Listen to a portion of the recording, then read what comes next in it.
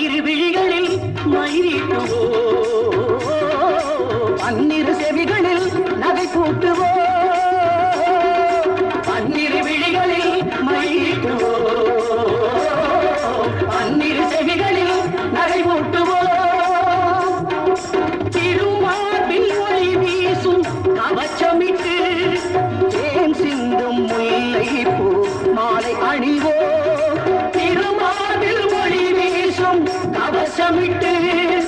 தேன் சிந்தும் முல்லை பூ மாலை அணிவோ